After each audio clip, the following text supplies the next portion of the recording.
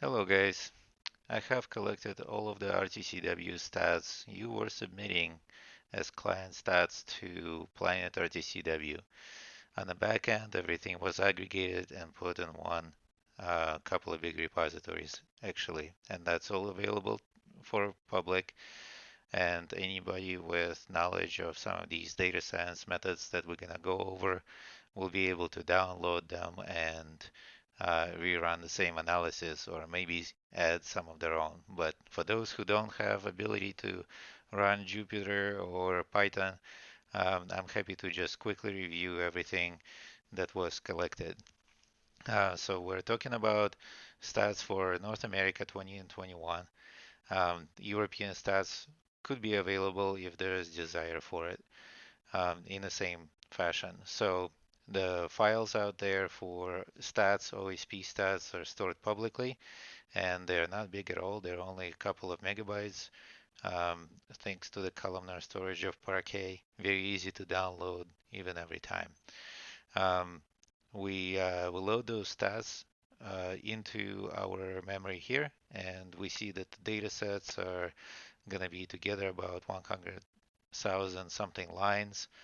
Um, we're gonna merge together stats for 20 and 21 and define a couple of properties and see how many kills we got across those 2 years. So it looks like 2021 had been noticeably more active, almost twice as active as 2020. Thanks to the good PUG system that was organized and put in place by all of the PUG admins, and of course the activity picked up because of some of the tournaments and people staying at home more, and RTCW Pro connecting different regions and people with different pings. Great. Um, some of the information about dataset. It's a pretty big dataset with 56 columns of different types, and you can inspect the data set in a different ways, but here's just a basic understanding of what's going to be in it. Some of the weapon stats, some of the kills, suicides, round numbers, wins, and things like that. There are also categorical values such as names, round results, maps, and sides for offense and defense, and round unique identifier that is calculated for each round should be completely different. So at the end of the day, we have a stats database with 105,000 lines and 56 columns, and that's what it kind of looks like with skipping a few columns here.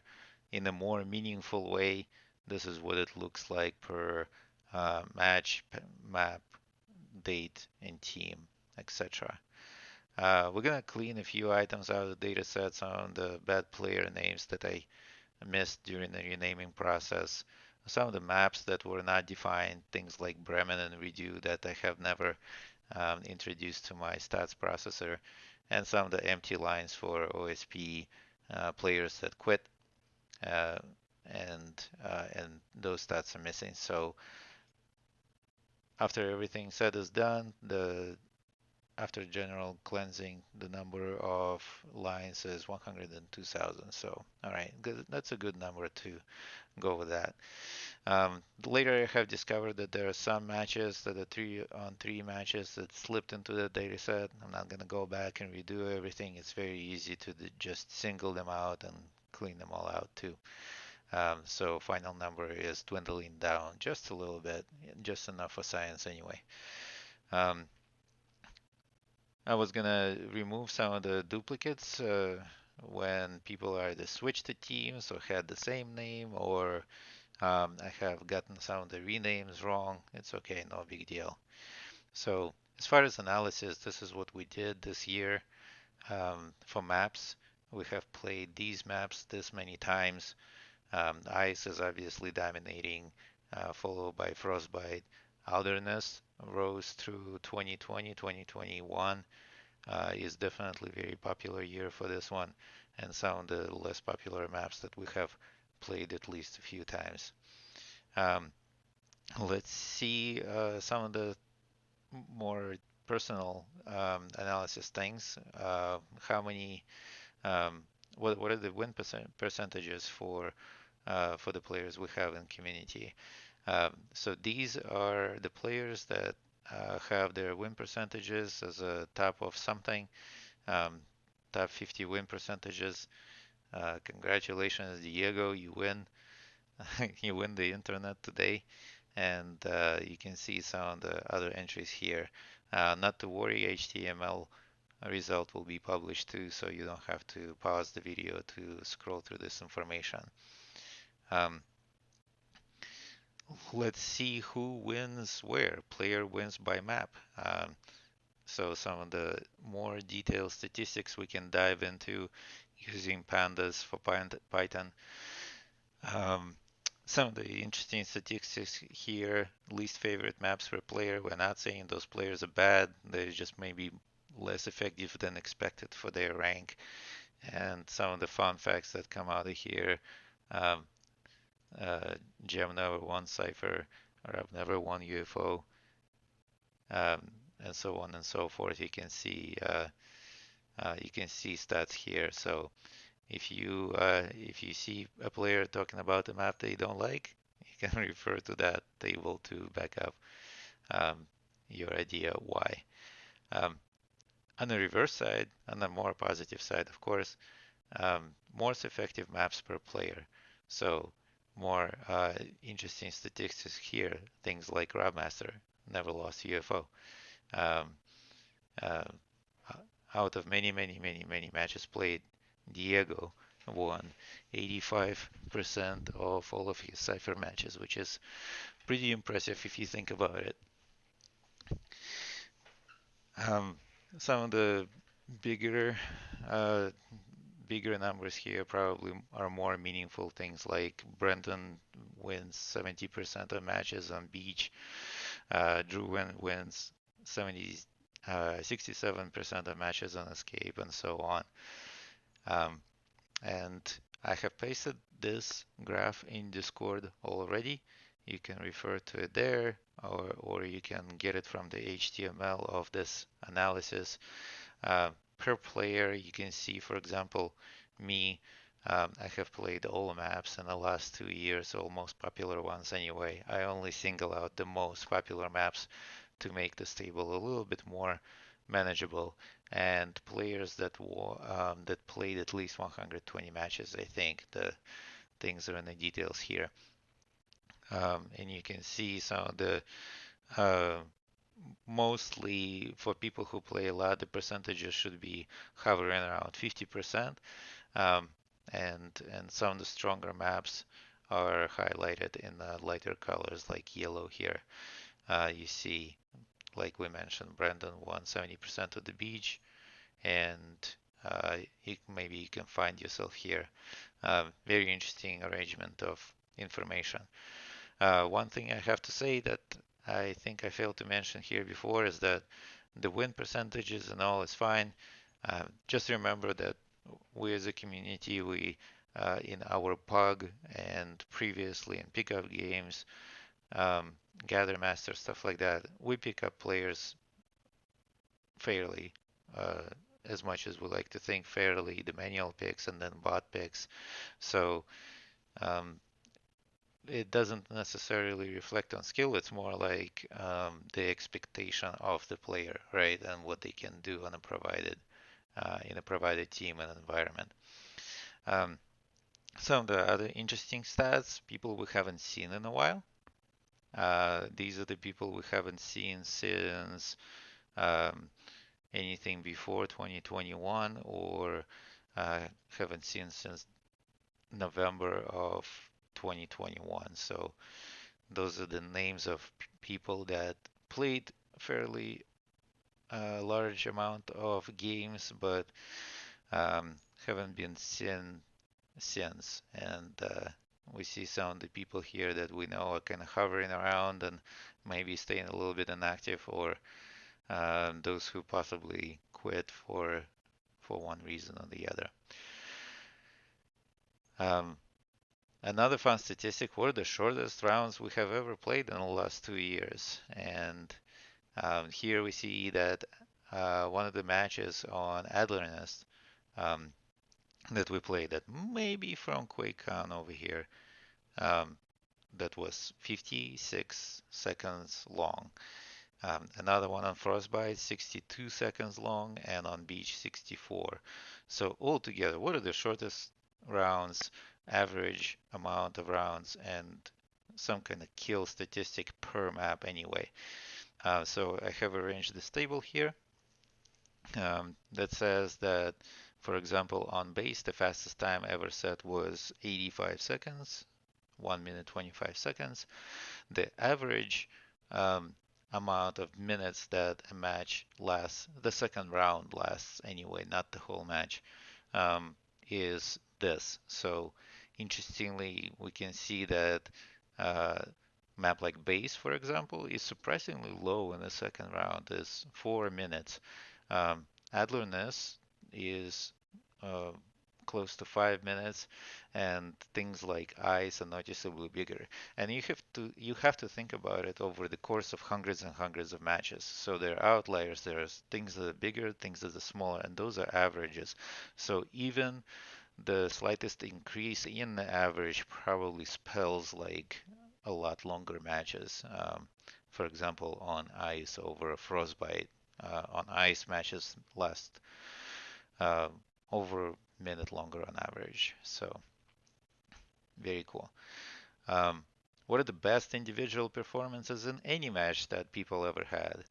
Um, so on Tram, I think I remember that back in April 2020, we had a fun Tram match that lasted 20 minutes on each side, so 40 minutes total, and Eternal logged there 43 kills. Here's the rest of the list. Maybe you can find yourself in there. Some of the more recent entries here too for Parcher and iPod, equally impressive for Donkey. Not to say that RTCW Pro and also OSP stats too don't get messed up sometimes. When two round twos can be summarized together, thus bringing like I mean round two and round one when a team was on defense, and that could be very advantageous for somebody to log a lot of kills from two defense rounds. So those are the numbers. Um, and of course, we don't play Tram much in a 6-on-6 setting. So what are the best individual performance in a 6-on-6? Uh, some of these matches above had as many as like 24 people.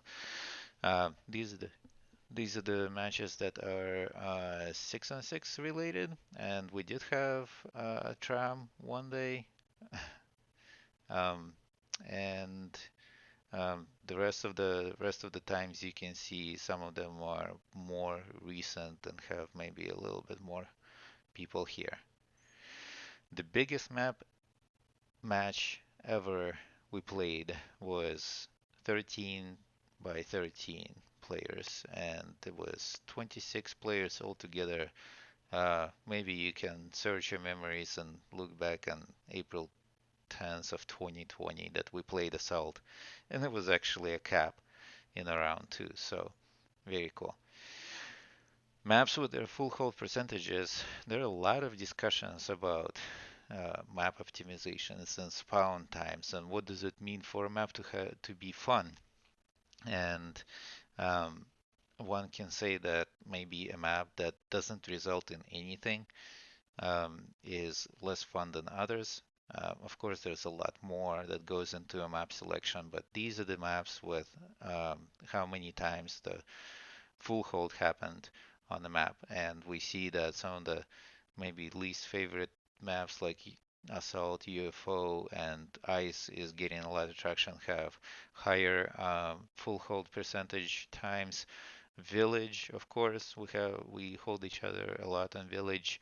Keep, we played Keep a few times, not too many, so that's not very telling number. And Tundra slash Nordic is also um, something that is very prone to full holds. One of the metrics I don't think I have discussed is the kills per person per minute. That was my attempt to another way to find out which maps are the most murderous, right? Maybe that spells more fun as well. And per person per minute. So this number is going to be pretty low. but even the slightest deviation is going to be very telling. And one way I thought about it is that in order for this number to be very high, you should have offense killing defense and defense killing offense. So one-sided maps like sub will have very low kill per person per minute because defense is just slaying offense one way. But on maps like Adler, people are trading shots all day, so um, it becomes very, very murderous and potentially very fun. Adlerness is one of the more popular maps of these days. Things like assault and base are much lower on the kill side because people have to walk across the whole map to get to the choke point, and then offense gets slaughtered. Um, Whether or not it spells fun for you, I don't know. And ice is also a lot of trading kills back and forth, and you can see the rest of the numbers here.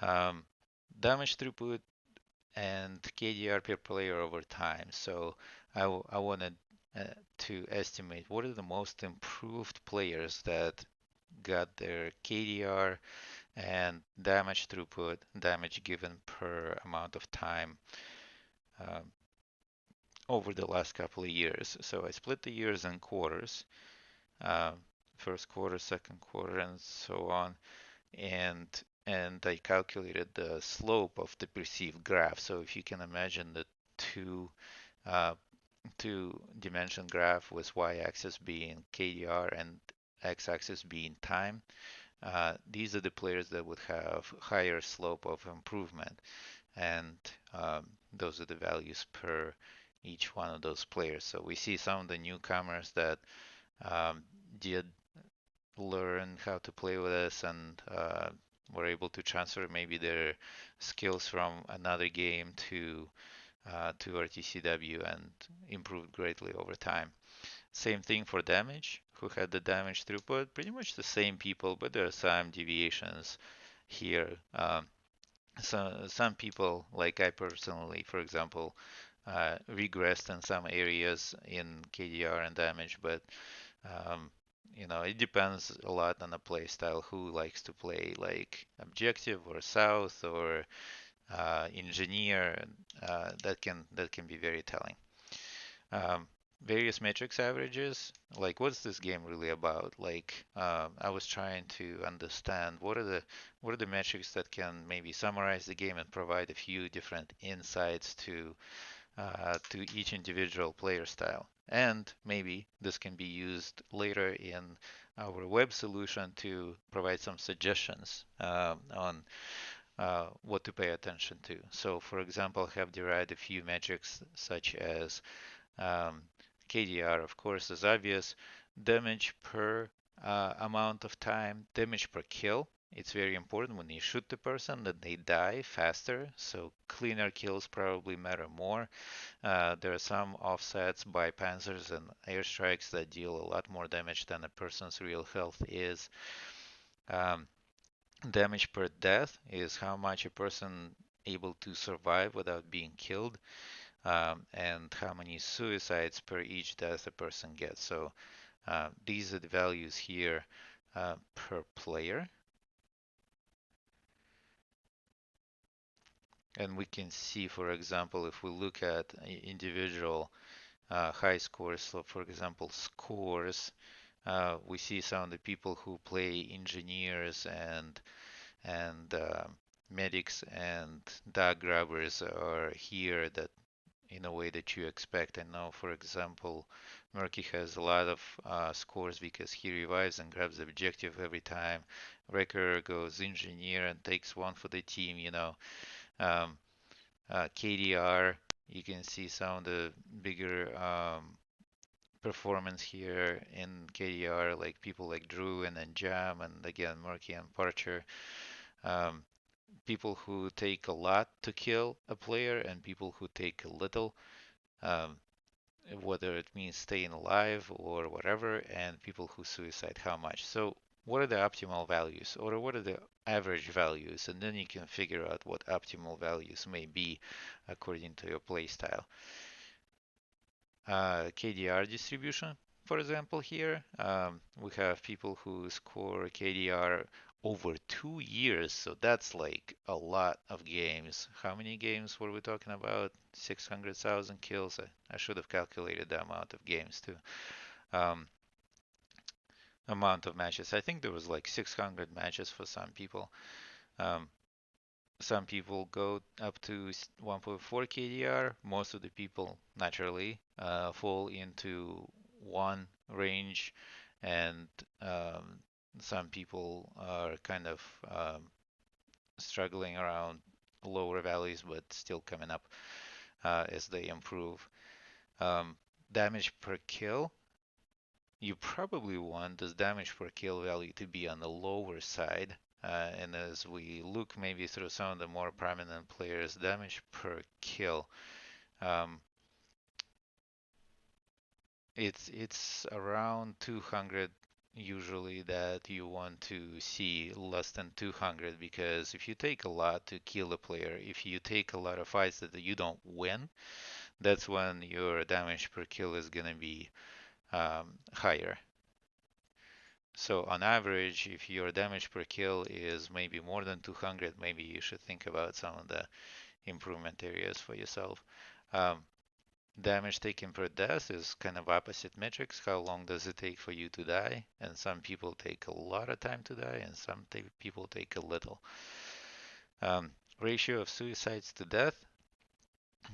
We don't talk about it normally. We never displayed it in other solutions, but let's say, for example, we see that about 20% of your deaths maybe optimally should be suicides, and um, that metric is usually pretty skewed towards the panzers. Like if we look at some of the prominent panzers like um, Joab and Fro, we see that they suicide too much, and there's no distinction, at least in data set, on who vaporized and who killed themselves. So, um, and finally, who goes more for objective and not.